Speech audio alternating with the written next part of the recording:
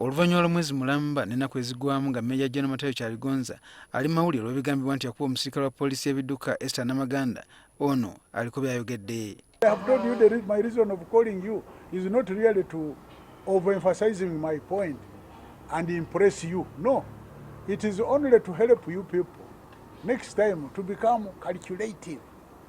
If you are given a story, you first of all wait and see whether it is worth putting it in the paper for people to read. Otherwise, if you continue like that, you are either going to divide this country, have those pro and those anti. And really, even at that place, that's what had started.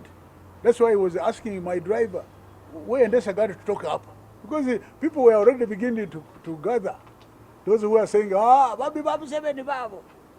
And then these ones were pushing. And then the woman, and then there were this man here, the journalist, he was busy, coming with the camera, wanting to just to close the range.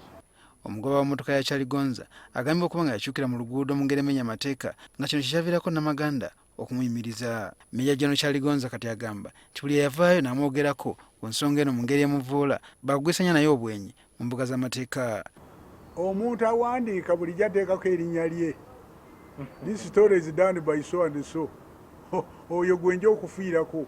Palamenti sijja kuwaabira palamenti, nja kuwaabira ayaleete ekiteeso n'oyo ayakubiriza n'oyo ayakisemba. Ono aguggumbudde n'ababaka ba palamenti abaayisa ekiteeso nga kisaba omukulembeze w'eggwanga amugya ku ambasadda bw'akola kati mu ggwanga lya Burundi. You cannot condemn a person whom you have not heard.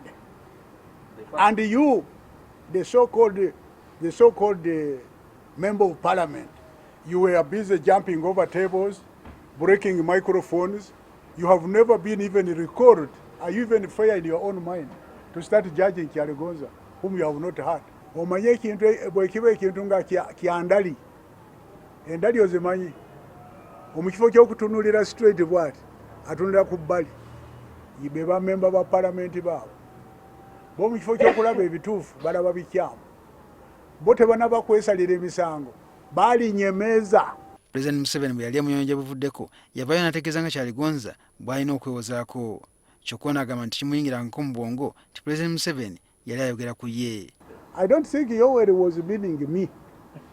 He was otherwise, if you are talking of anybody who is vicious must be taken to Somalia, then there is anarchy there. I don't think he meant that. But I believe what he meant was if you are vicious and you think you can have your slapping machine and you are so hot-tempered, you go to Somalia and you finish it out there. But then to me, I would say no. People whom you send to Somalia must actually be very sane, who must, gauge and, judge. Otherwise, these Al-Qaedas can be finished. Ekibiina ekitaba bannamawulire ekyawujja wamu ne munnamawulire Peter Otayi batwala Kyaligonza mu mbuga z'amateeka nga bagamba nti abakuumi baakuba Peter Otayi nga n'olwekyo baagala aliirirwe kumpi obukadde 4 biramba. Ono nabano abaanukudde. Oli yagamba yagala miliyoni 5. Ebitaano. Temulaba bannange ebitaano nga singa bakubayo bantu nga 3. Eyo biliyoni 1.5. Kakati awo ng'abantu bakubiddwa mu Uganda wano. Batono. Naye buli omu 5. And who is the valuer? Okulaba nti osaanye 5, gw'osaanye 2, oli 100. Ogwo gwe mululu. Ku ya 10 abaakwatibwa ku bigambibwa nti bakuba traffic nakyo akizeemu.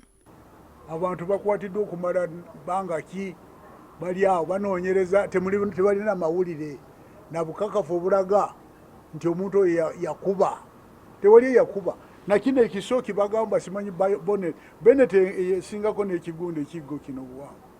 Eyo ekola parade eyo gye bakwata bwe bato. Temugirabangako nga nagikasukidde eyinza okumisinga. Kyaligonza gye buvuddeko yalabibwa ku kitabo kya poliisi e Naggulu gye yakolera statement ku ebyo ebyaliwo.